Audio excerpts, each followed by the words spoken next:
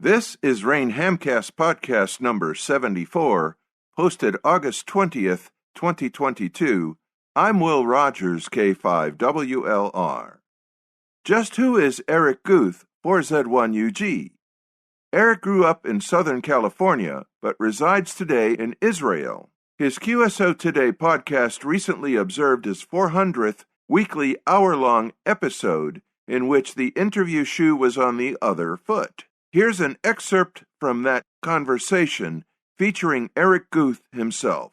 I'm Jim Wilson, K5ND. I interviewed Eric, 4Z1UG, in celebration of 200 QSO Today podcast episodes back in June 2018.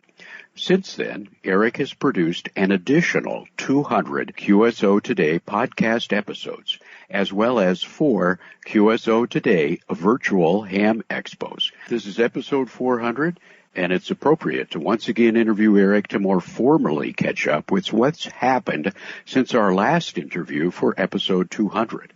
In that interview, you noted it took 12 hours to produce an interview. Have you found any productivity breakthroughs? It's funny, the more you do something, the better you get at it, Jim. One of the things I've learned to do, I don't delegate work very well, because I often think that other people can't do it the way that I can do it. But Ben Bresky has been with me for a few years now, and he does an amazing job editing the podcast, and that makes me and all of the guests sound brilliant. Rachel Pearson now helps me with the back office. There's a fair amount of back office and social media. And so it takes 6 to 8 hours now to do the podcast. We're also using some tools that we didn't have before. And one of those tools is a thing called Descript.com. So we're using artificial intelligence to edit the show. What that means is Descript actually turns our show audio into a transcript, and when we're editing, we edit the transcript. So as we're actually cutting out words or taking out the you-knows, the ums, and things like that, the audio actually gets edited at the same time. So that allows us to, with a visual, to be able to see if we're going off on a tangent and move it back. And I think that that's created a tighter show. That's what we're doing better. It's still a labor of love. Every time I start approaching an episode like 400, I'm starting to think, boy, do I want to keep on doing this? Frankly, I make this podcast now for an audience, but I've always made it for me because I love talking to people and I love interviewing hams. So I'm just going to keep doing it, at least from this point. It sounds like you've both outsourced some tasks and automated some tasks. I've lightly been introduced to Descript, but I wasn't aware of its edit the script and edit the audio at the same time. In interview episode 200, you noted your biggest challenge was finding guests. Has that improved or changed over the past now 400 episodes?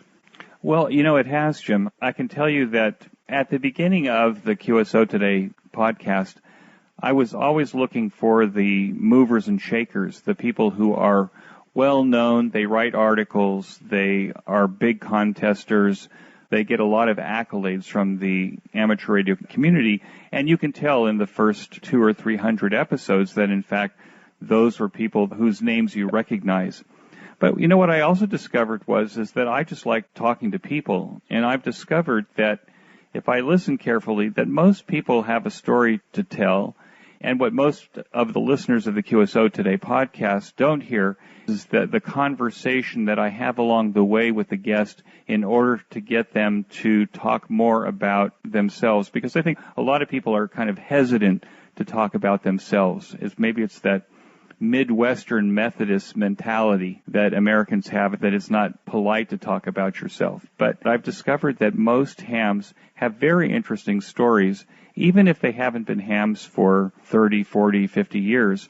So you will hear in upcoming episodes hams that have only been licensed for a few years, but they're doing amazing things in ham radio, and they're bringing a fresh perspective that I think needs to be heard. So the short answer is that I'm finding it easier because I'm not as discerning as I was before, on the one hand. On the other hand, I'm finding that everyone has a story to tell, and hopefully I'm gaining some skills in bringing those stories out. Part of my journey was working satellites, and I discovered the group of people working the satellites didn't have a lot of tenure in amateur radio, typically, but they were very excited about it, and it was a lot of fun getting on the air and working. It's wide tent of amateur radio with a lot of different folks in it. I'd listened to episode 200 to help me here, but in that episode, you mentioned your audience was based on survey results that you had done, was basically over age 50, licensed 30 plus years, typically extra class license,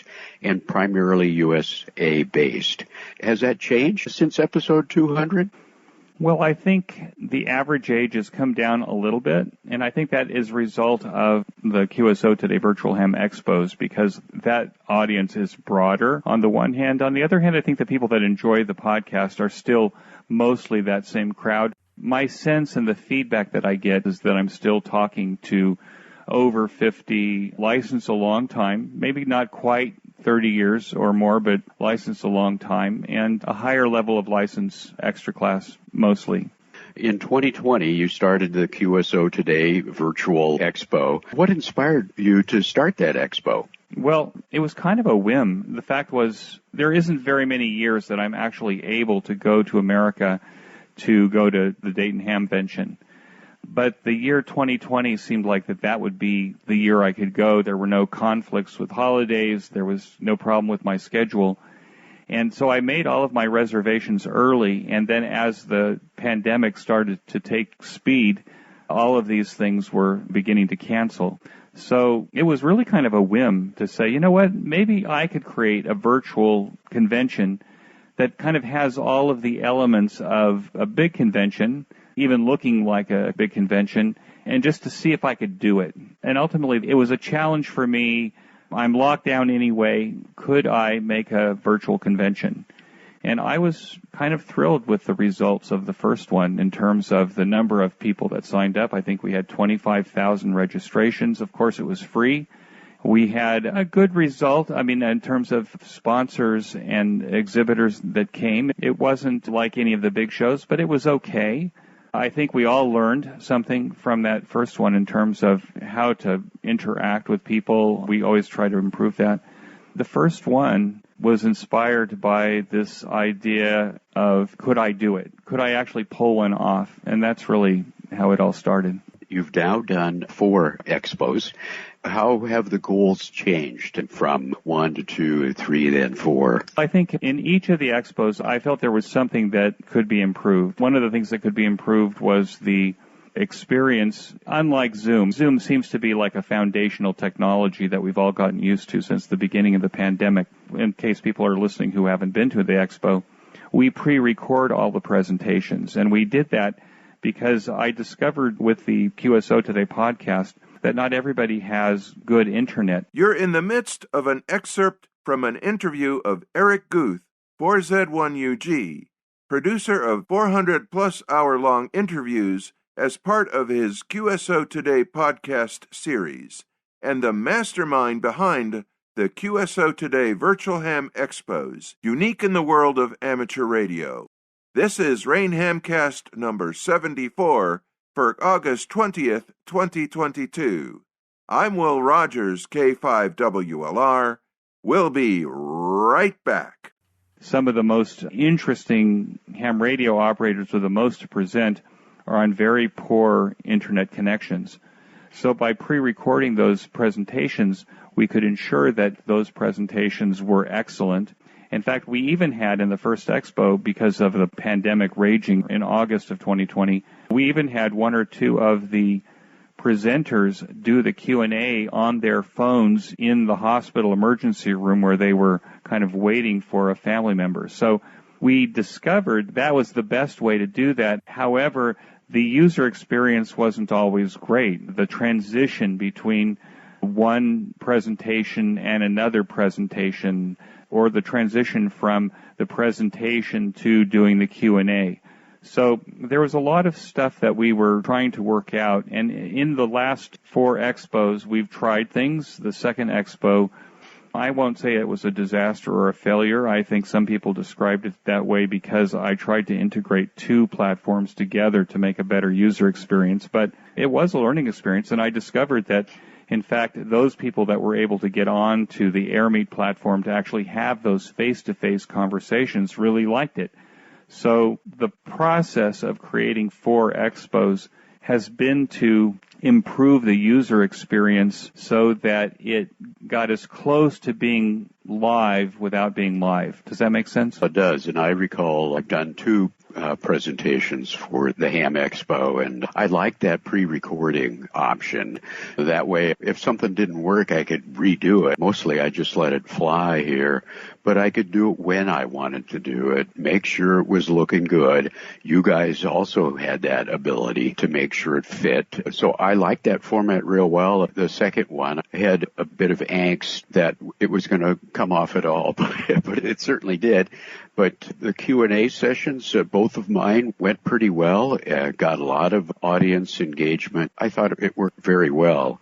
What would you say has been your biggest success with the Ham Radio Expo? The biggest success was the fact that we did it. We were the first ham radio conference to ever do a virtual expo, so we have that feather in our cap. It started as an experiment, but it keeps going because it has support, even though that support has come down to about a solid 4,000 to 5,000 people that come each time.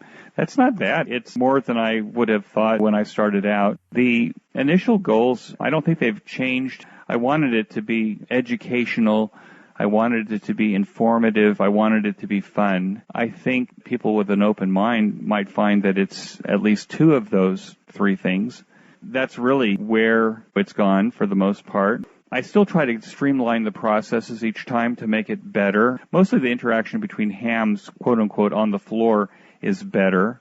That the interaction between sponsors and ham visitors to their lounges is better. The technology is getting better all the time, and I'm always looking at new technology in order to see if we can always improve the experience. I think that's kind of where my thinking is at this point. It actually brings to mind that you're always pushing the envelope, and every once in a while you're going to fall through through that envelope. But that's when you're on the leading edge, I guess. It or the bleeding edge. Right. Yeah, exactly. You mentioned the second Expo. Apart from that whole challenge of trying and not quite succeeding, bringing 2 platforms together, what have been some of the other challenges that you've had to deal with pulling off the Expo? Well, that March 2021, that was a confluence of everything that could go wrong. It was the height of the pandemic across the world. Emanuela, who works with me in the Expo very closely, along with Rachel and Ben and Abu Bakar, Emanuela in Italy got the COVID, and she was really sick. She was in and out trying to service the sponsors at the same time. She was sick and in isolation in her Italian apartment. And the weekend of the Expo, the programmer that I'm using, who I still use, who was working on not only helping me with the integration of the 2 platforms, but also all of the customer support and all that stuff.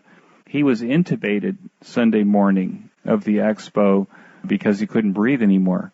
He was in Algeria, and being intubated in Algeria is probably a little bit different than being intubated in North America. And so everything that could go wrong with the technology went wrong. My wife was holding my hand when I finally came on the platform and saw the hundreds of messages that were waiting for me and all of the feedback that was coming in, my phone ringing.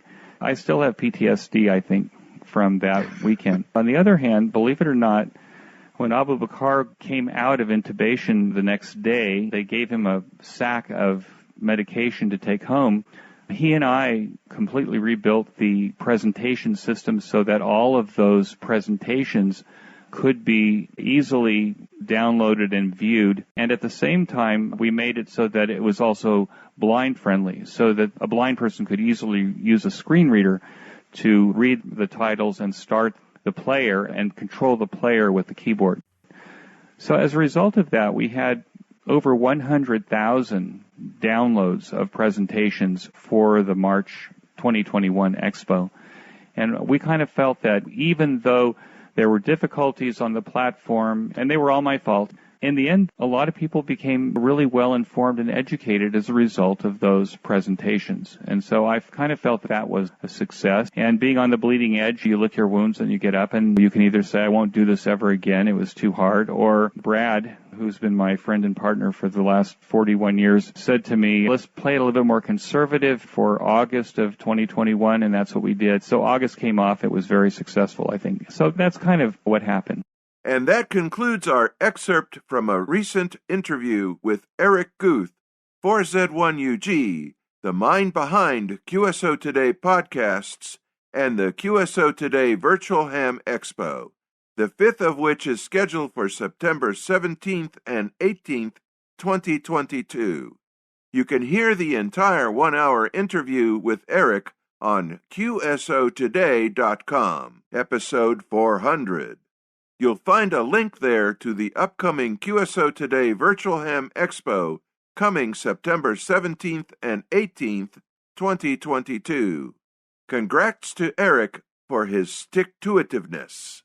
RAIN founder Hap Holly, KC9RP, edits and produces this bi-weekly ham radio hamcast without monetization. Your support via PayPal and feedback on the rainreport.com are appreciated. Copyright 1985-2022, RAIN, the Radio Amateur Information Network. All rights reserved. Thanks to Tom Shimizu, N9JDI, for posting a not-for-broadcast version of these podcasts via the RAIN Report channel on YouTube. Very 73 from RAIN, the Radio Amateur Information Network. I'm Will Rogers, K5WLR. Keep on hamming.